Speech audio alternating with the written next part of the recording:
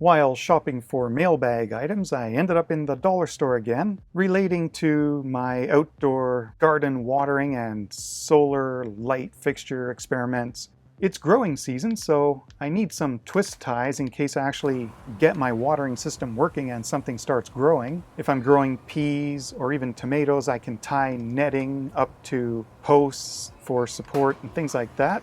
So $1.50 for 20 of these, and they are these nice rubber covered, so you have a little more control over them and you can tie them loosely and they won't interfere with the plant or whatever. So that's pretty good. I'm still waiting on some other parts like a solenoid water valve, but in the meantime, for $3.50, I have this 5-meter soaker hose. I don't know exactly what it's made out of, and I don't know if it's food safe for growing edibles, but either way, just for testing of the watering system, if nothing else. I can just tie the hose onto the end of the solenoid valve and then cap the other end or feed it onto something else. So there's a few more months for the watering season. Hopefully that solenoid valve comes soon. I don't think I've received the solenoid valve yet. No envelopes matched the description or seem to be the right size, so still waiting. And you need a place to put your seeds if you're growing stuff.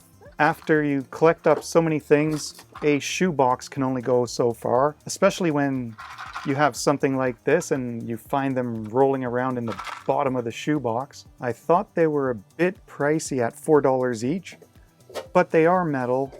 And if I don't use them for garden seeds, I could still probably use them for something else. So I didn't buy them right away, and in the meantime I did not see any better solution, and my shoebox was falling apart. So after at least a month, I saw them on the shelf again and realized if you come back and you still kind of want it, now it's justified. So I bought it. And now that can sit on the shelf and nothing is going to fall out. Now I just need to design and implement the actual watering system. This one says parts, of course. What else would it be? So, oh, that's for the dishwasher rinse aid cover. Mine was leaking rinse aid stuff when you put the door up, and this is vertical. I think the gasket on here on mine, which is 12 years old, is not really sealing anymore. So I looked it up and I found what looks like the same thing, including the color. So let's go try it out. Okay, so I filled the rinse aid. Here's the old cap. The new one is a little more pale. Does it look the same? It definitely looks the same to me. And yeah, the new gasket does look bigger to me. So I wonder if this one just shrank. I looked at the old gasket, it didn't look cracked or anything, and I even tried taking it off and reseating it. It just maybe is too old. So the new one, that fits in and it fits very snug. So the old one, everything is clean here. Let's put the door up. And after about 3 minutes, it's leaking down. You can't really see it here. Sometimes you can. But all of this right here is new. That just came out of here. So I'll clean this up, put the new cap in, and we'll come back after the mail's done. I found the dishwasher cap for about $5 on eBay. That was cheaper than trying to look on Amazon or anything. So I just searched for dishwasher rinse aid cap, and I also had looked up the specific part number for my dishwasher to make sure, even though it looks very similar in the picture, I wanted to be sure. If you don't look for the part number, you'll get all kinds of dishwasher caps and you can try to see which one looks right. So I'll put a link to the search term for listings. I'm finding it's not so useful necessarily to put a specific, let's just click this, a specific listing, because the listings go dead and then it's kind of useless anyway, or the prices change. Even if it's the same listing and the link still works, the price could be totally different, and I'm not too sure, but Sometimes I get the feeling when a lot of people have clicked one specific link and if they make a purchase from it, that seller tends to fluctuate the price and not necessarily in favor of the buyer. So it seems to make more sense just to post how I found my listing, and then you can see what the best options and prices are at the time. And often there's really not much useful information in the listing, especially for things like ICs. The description is the part number you're searching for, and there's nothing else. So I may not always even show any listings, but I'll have links below, and if there is a need to go look at a listing or to pull up a datasheet or something, then I'll do what makes sense moving forward. So here's the old dishwasher cap. I'll just keep that here as a token, and we'll check on the new one after we're done, see if it's leaked. This is called 2N3819. We can see what eBay seller this was. And we've been having bad luck with J-FETs on eBay, so let's check these out. These should be N-channel J-FETs. It does say 3819. I don't know if that's a real Fairchild logo. Some of them are really thin script looking Fs. The pinouts on the 3819 are source gate drain. So if I short the first two, gate and source, then I've opened the channel, and if I probe the drain, I should get a max couple of hundred ohms. And I'm getting 46 ohms, so that's good. And if I don't use the gate, I just try probing source to drain, the channel is closed. Again, short gate to source, and yep, 45.7 ohms, source to drain. So that's acting as an N-channel J-FET with pinouts properly as a 2N3819. They're either genuine parts or working clones. Good enough. There can be a lot of fakes out there, like relabeled parts. I had the experience of buying a J-FET from someone that turned out to be a PNP transistor. So in this case, it may make sense to at least mention, I got my 3819s that seem genuine from Polita. But I'll put a link to the general transistor search term because their specific link may disappear anyway. But as I mentioned in another video where I was evaluating the good or bad FETs from different sellers, when I was researching it, I found forums where people were saying they had bad luck from people that I had good luck with, so it's always going to be just a gamble. Otherwise, this is an N-channel J-FET marketed as a VHF UHF amplifier, 25 volts, 100 milliamps. So I've never used this one. It's just one of those part numbers like a 2N3904, 3906. I've always seen 3819, just wanted to have some in stock. I don't know if these will be suitable for audio signal path switching, but now I have them. This says electronic parts. I will believe that. And, oh, those look like either electrolytic capacitors or, no. I think they're vibration sensors, it looks like. SW200D. So these are like two-wire switches, and there is a mechanism in here. Sometimes it's a post with a spiral of thin filament around it, and when you move this, it makes and breaks contact, so you can detect motion, vibration, change in position. So if I put this in a breadboard and probe it for continuity,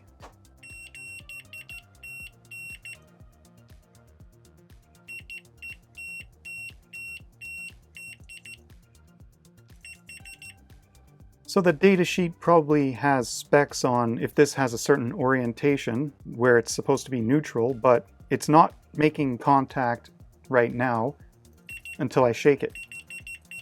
So you could replace a mercury switch, like a tilt switch in a pinball machine or something. If you need to detect if something is dropped and experiences a shock or something, you may want to disable some part of a circuit. Just an interesting thing to experiment with. So you can get 10 of these SW200D vibration sensors for just over $1. So it says horizontal tilt detecting, vertical flip detecting, or vibration detecting.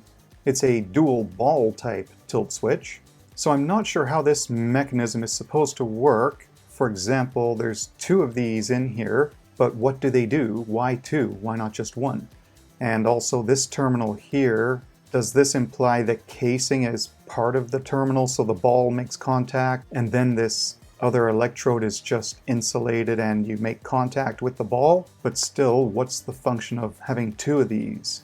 So when you tilt to terminal A more than 15 degrees, it's an open circuit, 12 volts, 20 milliamps rated, and it adds less than 10 ohms of resistance when it's a closed circuit.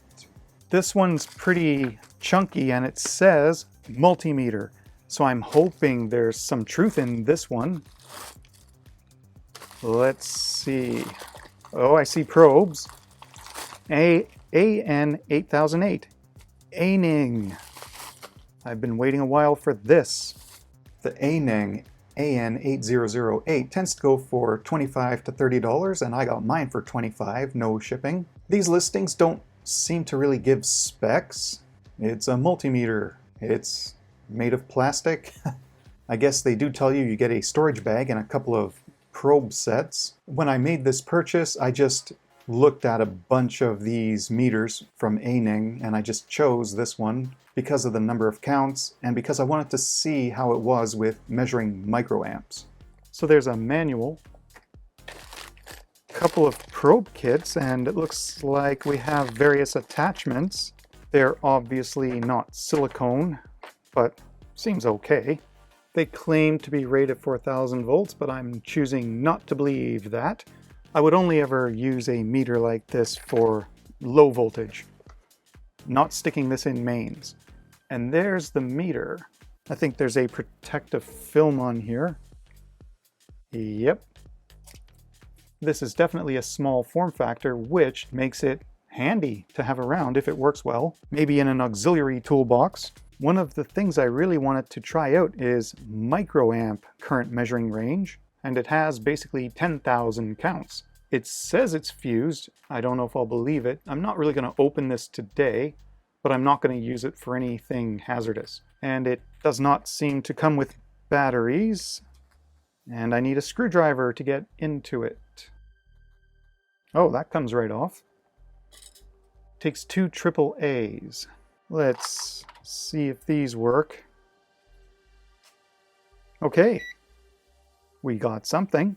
So I've put some standard probe attachments on these leads. You can get alligator clips threaded on, these spade lug things, different points. So I feel like I'm going to break this terminal trying to plug it in. So let's just see here, trying to get to continuity mode. There it is. All right. When I get a meter, the first thing I want to make sure when it does continuity, it has an immediate beep. Okay, that's what I like, because I hate when you hold them together and then maybe 1 second later it goes beep and it's, you know, did I miss something? So, yep, that's good. Diode mode. It's able to dimly light this LED, so it's measuring a diode drop, almost 1.9 volts for this green LED, DC volts. So that looks good.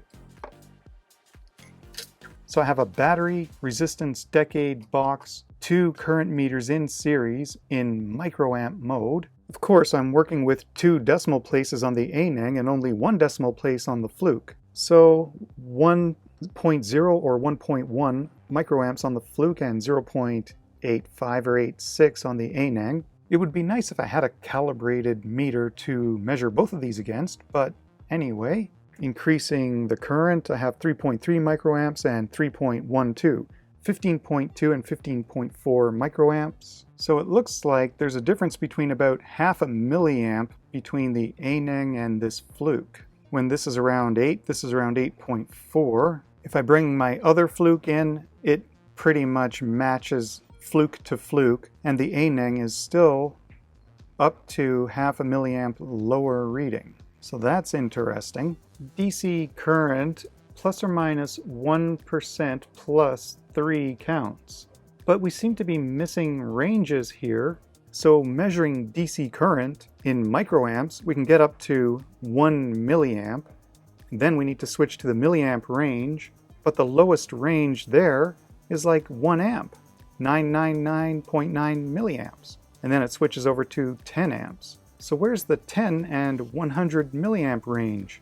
Maybe that's why I'm not getting a good reading only trying to do a couple of milliamps in a 1 amp range. That's weird. I'd rather just not go up to 10 amps and have all the ranges I need in between. So I don't know why they have it like that, but it is only a low-cost meter. And just comparing some resistance measurements. So the probes on the Aneng alone, if I put them together hard enough, I can get it to 0.1 ohms. So probing a 1 ohm resistor, it's around 1.2. With the Fluke, the probes are showing me 0.4, 0.3 ohms. And I'm measuring 1.5 ohms.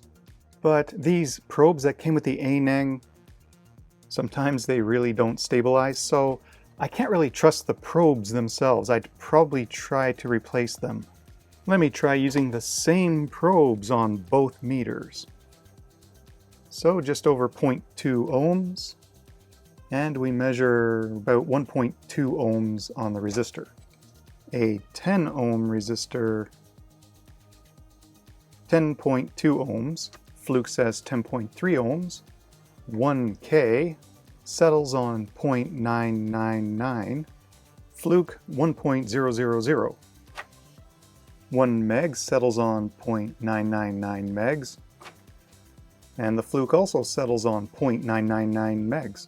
I need to look at it more in depth and check out what it can and can't do, but for now, it's a nice little addition to the meter collection. Definitely not 1 meter to replace something like this.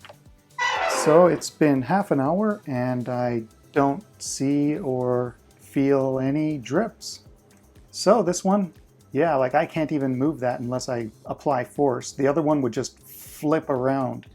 So yeah, good purchase. Well, this is a productive looking mailbag. We have a new multimeter, parts for the garden and upcoming solar and garden watering projects, dishwasher repair, some working J-FETs, and some other components. Thanks for watching, and special thanks to my Patreon supporters. I'll see you next time.